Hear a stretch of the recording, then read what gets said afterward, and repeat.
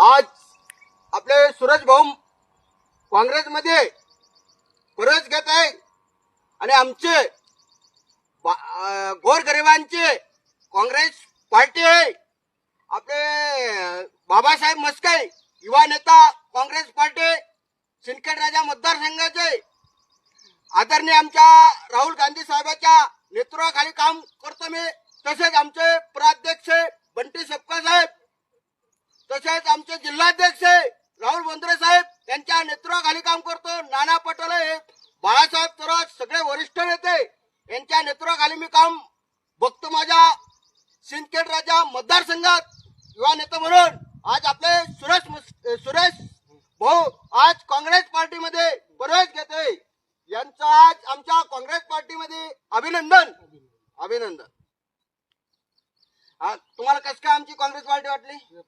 एक आतापर्यंत तुमच्या शेतात कोणी नेता आला का?